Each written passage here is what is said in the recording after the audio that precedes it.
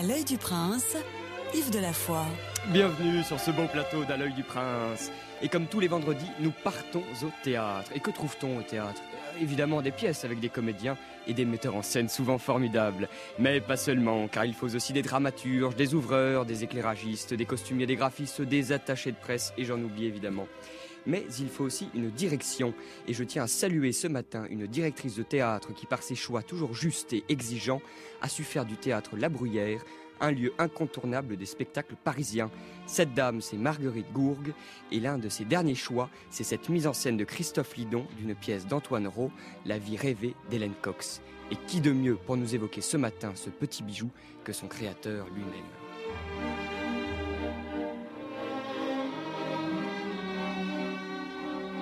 Antoine Rau, bienvenue. Bien, merci. Bonjour. Alors vous êtes un homme décidément bien occupé, car vous occupez doublement les planches ces temps-ci avec le même metteur en scène, à savoir Christophe Lidon, qui a monté depuis une semaine l'une de vos pièces, La vie rêvée d'Hélène Cox, au théâtre La Bruyère, et qui s'apprête à présenter votre dernière création au Cadeau à Orléans, Terminus. Ça ne s'arrête pas, dites-moi. Non, on s'entend bien. Oui. Et c'est les hasards du calendrier qui font ça finalement, puisque une pièce commence à Orléans, effectivement, donc pas à Paris, et va partir en tournée. Et j'espère ensuite va arriver à Paris. Et l'autre était prévue donc au théâtre La Bruyère. Voilà. Donc c'est vrai que c'est surtout pour lui. Moi, je les ai écrites avant, mais c'est Christophe qui a dû beaucoup travailler pour arriver à faire ces deux mises en scène en même temps. Et alors, vous avez des distributions quand même particulièrement prestigieuses. Évidemment, on va venir à cette Hélène Cox mystérieuse, mais restons un tout petit peu justement sur Orléans. Je crois que la première sera ce samedi le 29. Non, demain. Aujourd'hui. Du moins un samedi, oui. Et alors, vous aurez Laurent Deutsch et Maxime Daboville, bien connus justement d'À l'œil du prince. Et je crois que c'est une pièce qui tourne autour de l'univers de Feydeau. Oui, en fait, Feydeau, à la fin de sa vie, a eu une forme de syphilis qui donnait qui détruisait ses nerfs et qui donnait une forme de folie. Et il est mort au tout début de 1921, donc après la Première Guerre mondiale. On ne savait pas s'il avait encore une forme de lucidité ou s'il était devenu totalement fou, puisqu'il y avait certains moments où il disait des choses sensées et d'autres où il partait dans un délire complet. Oui, on pense à des Baudelaire, à des Maupassant également. Exactement, c'est ça, et qui était à la clinique du Docteur Blanche. Lui, il était dans un sanatorium à Rueil-Malmaison, qui a accueilli aussi d'autres personnalités célèbres, comme par exemple le président des Chanel, qui a eu ce moment de folie, en fait, une espèce de comment on dirait aujourd'hui, de breakdown, un burn-out. De burn-out, voilà. Et donc, ce qui m'a intéressé, en fait, c'est de me demander, est-ce que Feydeau est fou et donc part dans un délire sans cesse, ou est-ce que il est encore dans une forme de lucidité, mais se réfugie dans son imaginaire pour supporter ce qui lui arrive, c'est-à-dire pour faire face à la mort qui vient. Et donc, j'ai imaginé que dans cet asile psychiatrique, Feydeau prend les gens qui l'entourent, les médecins, les malades, les infirmiers, pour des personnages de sa vie et de son théâtre. Et donc on vit en fait une double histoire, celle qui se passe dans l'asile psychiatrique où on s'interroge sur sa folie, est-il fou ou non, et puis celle qui se passe dans sa tête et qui est en fait une histoire à la Feydeau, un vaudeville très drôle, mais qui raconte des choses assez terribles sur le couple, puisqu'au fond Feydeau c'est ça qu'il a raconté. Et c'est pour ça que la pièce s'appelle Terminus, parce que Georges Feydeau a été à un moment donné mis dehors de chez lui par sa femme Marianne. Il s'entendait plus du tout. Et il est allé vivre à l'hôtel Terminus, Gare Saint-Lazare. Il y a vécu 10 ans dans une chambre d'hôtel. Donc c'est assez étonnant. Donc Terminus, c'est aussi symbolique parce que à partir du moment où il était chassé de chez lui, il a eu beaucoup de mal à écrire.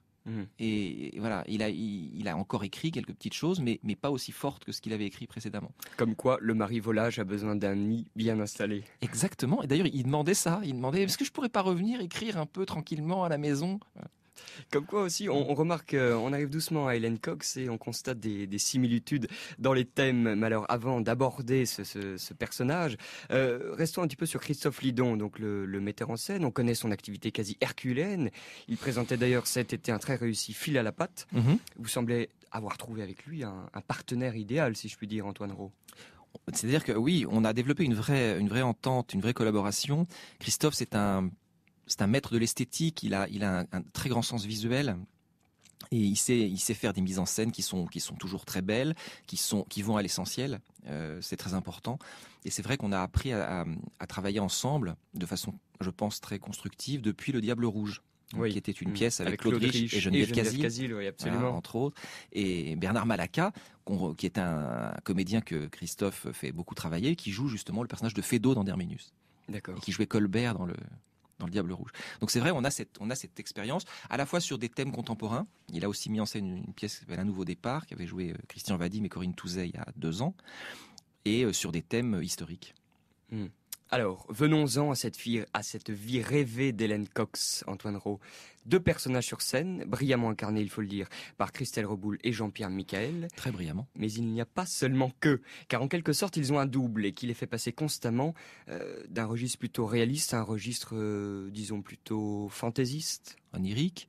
C'est-à-dire, en fait, le sujet, c'est l'exploration de l'imaginaire d'une femme qui est en quête du grand amour, qui s'appelle Hélène Cox, qui est une petite vendeuse de lingerie dans une boutique à Londres. Créatrice de lingerie. Alors oui, vous la réduisez là. Non, pas du tout. Elle vend son vrai travail, c'est qu'elle tient une boutique. Oui. Voilà. Et elle rencontre un homme qui est à peu près de son milieu, qui est un dentiste, mais ils se rencontrent dans une galerie d'art.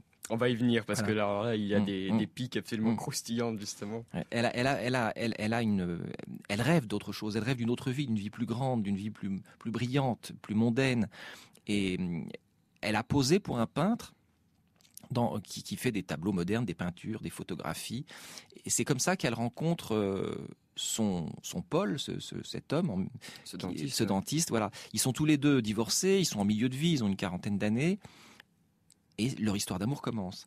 Mais cette femme est obsédée par le grand amour, et elle en a des représentations assez artificielles, en définitive, comme beaucoup de monde, parce qu'on est conditionné de plus en plus dans notre société par cette quête de l'amour parfait. Oui. Voilà, et donc elle va s'inventer en parallèle un personnage imaginaire qui est lui une star de Hollywood. Évidemment, c'est un peu un cliché. Robert Watch, voilà.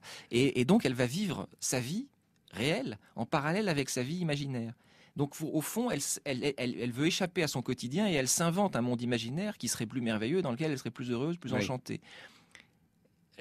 Après, il y a toute l'histoire de la pièce, l'évolution au fil du temps. Et au fond, ce que je voulais raconter, c'est comment cette femme va apprendre à se réconcilier avec le réel.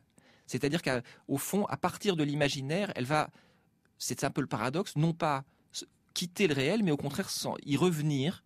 Et elle va réenchanter le réel, d'une certaine façon, en apprenant à aimer l'homme qu'elle a rencontré, l'homme réel. On part de l'imaginaire, du rêve, et à la fin de la pièce, qui est un rêve, mais on revient dans le réel. Enfin, on peut peut-être détailler un peu plus pour que ça paraisse moins compliqué aux auditeurs. Progressivement, je pense que ça va. Ça va rentrer, donc vous le disiez Antoine Rau avant tout, c'est l'histoire d'un couple. Et plus précisément, je dirais que c'est un questionnement sur le couple. C'est-à-dire comment renouveler une union lorsque le temps finit par instaurer des habitudes, pas forcément toujours très très glamour, avec le fauteuil de monsieur, les pantoufles de madame, et surtout ce temps qui finit par effacer la passion et l'attention à l'autre. Je crois que le quotidien pèse beaucoup sur la vie d'un couple. Forcément, tout le monde, toute personne qui vit en couple en fait l'expérience. Et comment réenchanter le quotidien ? C'est un travail de tous les jours. C'est exactement le sujet de la pièce, en fait. Et c'est vrai qu'au fil de ces scènes de la vie conjugale, on passe par toutes les phases. Donc la rencontre, évidemment, il y a une forme d'euphorie. C'est le moment où on est amoureux. Et puis ensuite, il y a cette expérience de la vie quotidienne difficile. Ils ont un enfant. Lui en a déjà 2, mais ils ont un enfant ensemble. Elle a 40 ans. C'est une chance, mais c'est aussi ce que représente un enfant. C'est-à-dire, il faut s'en occuper tous les jours. C'est le fil à la patte. C'est le fil à la patte. Bon, ils ont un chien, pareil. Le chien, il faut s'en occuper. Voilà. Donc tout ça, et voilà. Et puis il y a les contraintes de la vie professionnelle, des métiers pas très enrichissants ni pour l'un ni pour l'autre, en définitive, puisque le dentiste lui rêvait d'être médecin, chirurgien. Elle rêvait d'être une grande créatrice, peut-être une grande mannequin, une grande actrice, que sais-je. Et elle n'a pas du tout cette vie-là. Elle prend son train tous les jours pour aller travailler. Elle est dans la foule, elle est dans la promiscuité. La vie quotidienne est dure. Et puis ensuite, il y a une scène finalement d'adultère d'une certaine façon, mais d'adultère imaginaire, puisqu'elle le trompe avec ce Robert Watch.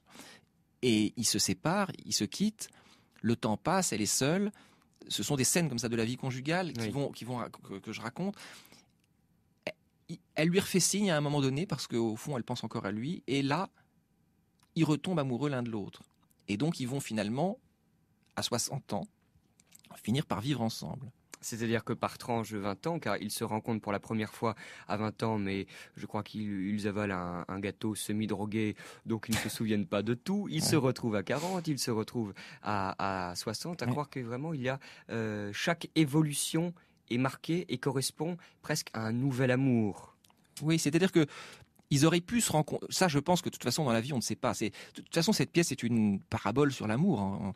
On ne sait pas très bien pourquoi, à un moment donné, ça se produit, pourquoi l'alchimie se fait à un moment donné, pas à un autre. Alors, à 20 ans, bon, effectivement, il y a, au cours d'une soirée, ils mangent un gâteau avec un space cake. Bon, ils savent plus très bien ce qui s'est passé entre eux, mais sans doute qu'ils ont peut-être été un peu amants à ce moment-là, pendant une nuit. Mais ils se sont perdus de vue. Ils ont complètement. Bon, voilà, peut-être que, on ne sait pas, est-ce qu'ils ont eu le moindre sentiment l'un pour l'autre à ce moment-là? On n'en sait rien. La vie fait qu'ils se retrouvent par la sœur de Paul, donc, qui est restée une amie d'Hélène. Christina. Voilà. Et elle s'était perdue de vue, elles se sont revues. Et Christina lui dit, viens à ce vernissage dans cette galerie d'art. Enfin, elle dit à son frère, viens voir cette galerie d'art. Le frère n'est pas passionné par l'art contemporain. Et c'est là qu'il rencontre Hélène. Et là, leur histoire commence. Voilà. Et puis, à 60 ans, après s'être séparés, ils se retrouvent. Et c'est comme un premier amour. Et c'est comme un premier amour. Et cette fois-ci, ils apprennent ou ils parviennent à s'aimer d'une façon plus simple, en fait. Parce qu'ils se connaissent. Avec un petit peu moins d'illusions aussi. Avec moins d'illusions, avec moins d'exigences, surtout.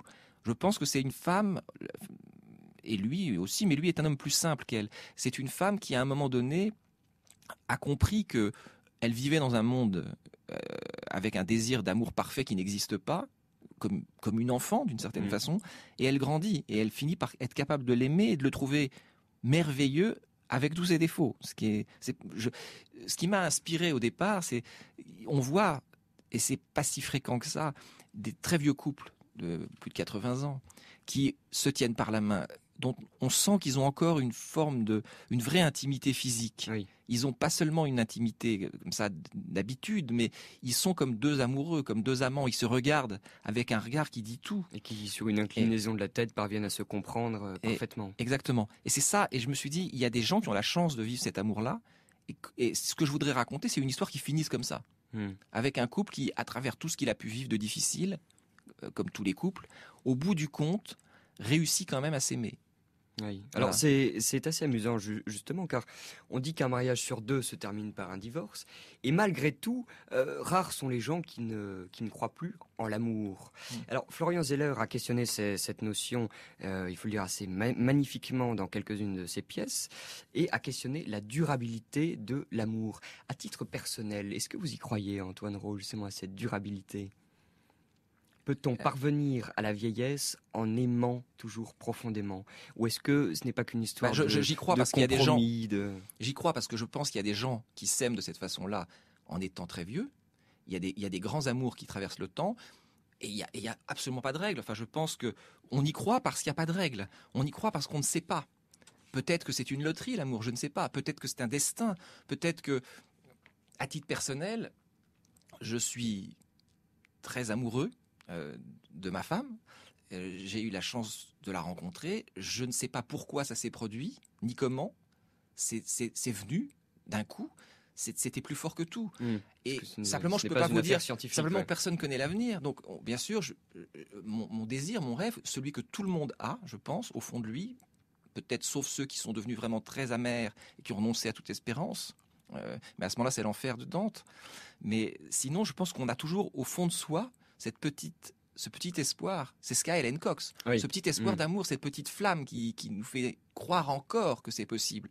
Au fond, on garde ça de l'enfance, probablement, si on a été aimé, on cherche l'amour, toujours. Après, évidemment, est-ce qu'on s'aimera toujours dans 10 ans, dans 20 ans et jusqu'à la mort? On n'en sait rien. Et on cherche l'amour sans se rendre compte parfois qu'on le touche déjà. C'est-à-dire que dans cette vie rêvée d'Hélène Cox, où l'imaginaire est tel que chaque scène chamboule la précédente, Hélène Cox n'a pas besoin d'être malheureuse pour s'inventer un personnage idéal. C'est-à-dire qu'elle se l'invente très vite. Oui. Dès leur rencontre dans cette galerie d'art, immédiatement, elle le compare à cet acteur et d'emblée, paf, ça y est, il y a une dichotomie. Oui, parce que Alors, je crois qu'en fait, d'abord, ce désir, cette quête d'amour, elle est éternelle. C'est-à-dire que on la rencontre déjà chez les grands auteurs de l'Antiquité grecque ou romaine, dans toutes les histoires du Moyen Âge, Tristan et Iseux. Enfin, la quête d'amour, l'idéal amoureux, de l'amour charnel entre un homme et une femme. Je ne parle pas évidemment de l'amour qui est aussi toujours une quête, de l'amour de Dieu, mais on a toujours cette quête. On est très conditionné simplement par le monde dans lequel on vit. Et on est dans un monde très marchand, dans lequel on vous impose des représentations de la réussite, de l'amour, du bonheur, de l'épanouissement sexuel, qui sont finalement comme des dictats assez angoissants, très souvent. Parce qu'il faudrait correspondre. On est dans une société de performance, notamment par l'image exemple. au cinéma, et ce n'est pas anodin justement que vous ayez pris un acteur. Non, et j'ai pris ça parce que c'est exactement ça, c'est une représentation du bonheur parfait. C'est-à-dire la jouissance à tous les instants, l'épanouissement, la réussite. Très souvent, c'est associé aussi à la réussite et à l'argent. Il y a une espèce de quête d'un amour qui serait rentable, qui serait profitable, qui dégagerait 10% comme à la bourse tous les ans. Voyez, il y a cette espèce d'ambition d'un amour qui rapporte et qui à chaque instant délivre justement sa part d'absolu. Et ça c'est factice, c'est totalement trompeur. Et donc on est tout de même façonné par cet amour va de pair avec la quête de la jeunesse éternelle. Pourquoi c'est si difficile pour une femme de vieillir dans notre société? Pourquoi il y a tant de recours à la chirurgie esthétique? Évidemment, chez les acteurs, beaucoup. C'est parce qu'il y a on n'accepte pas l'idée. Le vieillissement est perçu comme une imperfection. Mais tout est imperfection. Et ce qui est difficile, c'est qu'on nous propose, on nous impose presque dans la société qu'on s'est nous-mêmes créée, bien sûr, les médias véhiculent ces images-là, la publicité les véhicule, la télévision, le cinéma, la mode évidemment, là, en ce moment c'est la Fashion Week. Alors il faut correspondre à une image de perfection. Et on dit l'amour doit être absolument correspondre à cette image de réussite d'une certaine façon. Et ça, je pense que c'est écrasant, aussi bien pour les hommes que pour les femmes, parce que dès lors qu'on se rencontre dans son imperfection, dans sa nudité, dans ses travers et ses défauts, comment est-ce qu'on peut aimer l'autre s'il est tellement,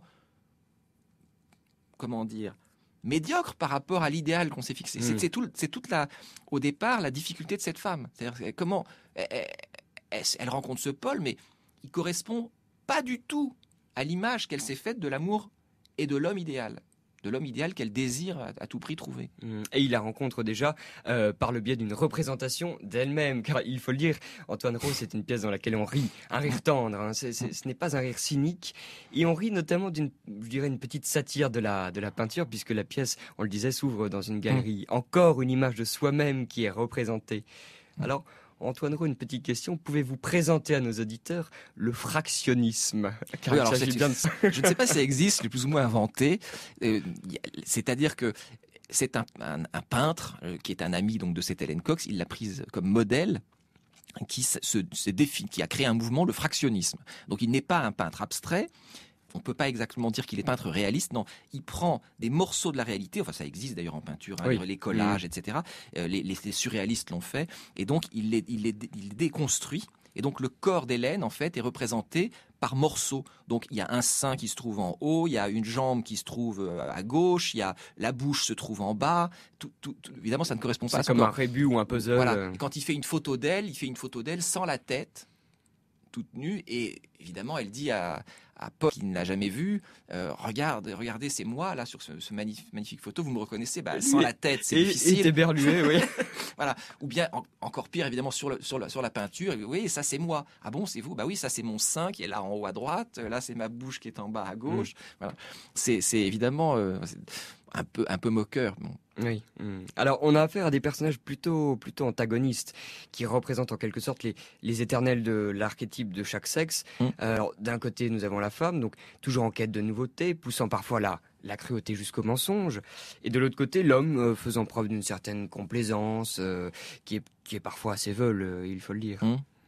Oui, mais de toute façon, il y a une part de ça chez les hommes, mais il est aussi celui-là, Paul, fidèle.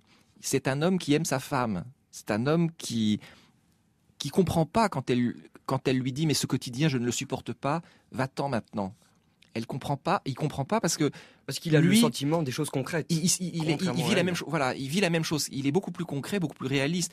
Il sait que le quotidien c'est difficile. Il essaye lui aussi de le réenchanter. Il y a une scène où il essaye de lui faire plaisir d'exaucer ses fantasmes. Il n'y arrive pas très bien, mais il fait ce qu'il peut. Il fait ce qu'il maladroitement, mais en même temps, ça part d'une bonne intention. C'est pas un mauvais bougre, en fait.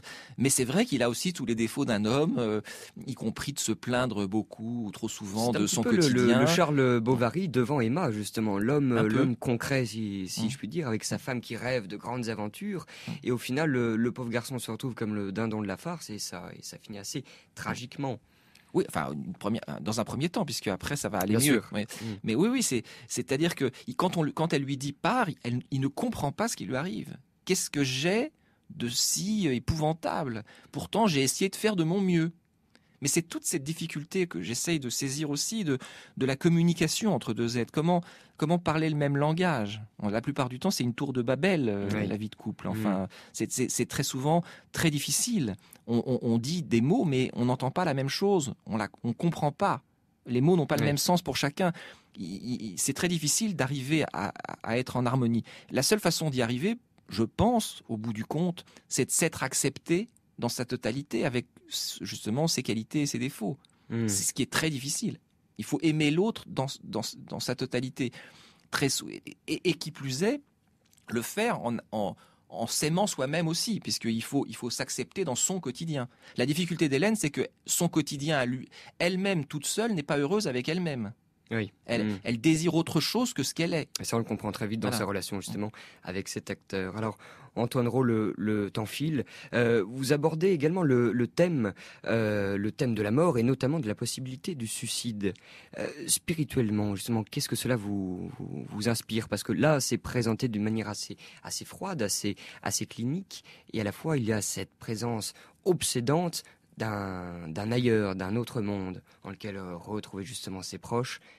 Alors, je ne sais pas s'il faut, pour les auditeurs, je préfère que les gens viennent voir la pièce, et j'ai pas envie de raconter l'histoire, parce que sinon ça enlève alors, l'intérêt du suspense. Alors, restons du moins suspense. Sur la partie plus spirituelle que cela vous Alors, inspire. sur la partie plus spirituelle, je pense que quand un couple, justement, quand je reviens vers ces vieux couples qui me fascinent, ceux qui s'aiment en étant très âgés, qui arrive à cet âge, ce que j'écris dans la pièce, où il y a un âge où on peut se dire « tu es l'amour de ma vie et tu le seras jusqu'à la mort et peut-être au-delà de la mort », lorsque l'un part, l'autre se retrouve en enfer, comme disait Jacques Brel, les vieux amants.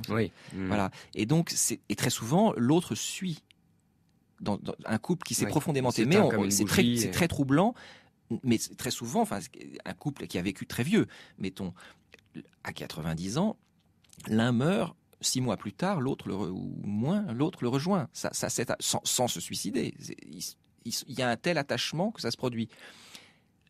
On peut concevoir que il y a des couples je connais une anecdote, par exemple, il y a un couple qui est allé se suicider à l'hôtel Lutetia en étant très âgé, en disant maintenant on ne veut pas finir dans la maladie, etc. Et nous décidons de partir ensemble. Alors après, si vous posez la question du choix de sa mort, puisqu'on en parle beaucoup pour les gens qui ont des maladies très graves, et est-ce qu'on peut donc ou mourir dans la dignité, ce qui se fait en Belgique ou en Suisse, là c'est une question, je trouve, très individuelle, c'est-à-dire que, et qui plus est, j'aurais tendance à répondre spontanément en ce qui me concerne que si j'avais une maladie qui me rendait la vie insoutenable et que j'étais promis à une dégénérescence, ne plus être moi-même, mais être...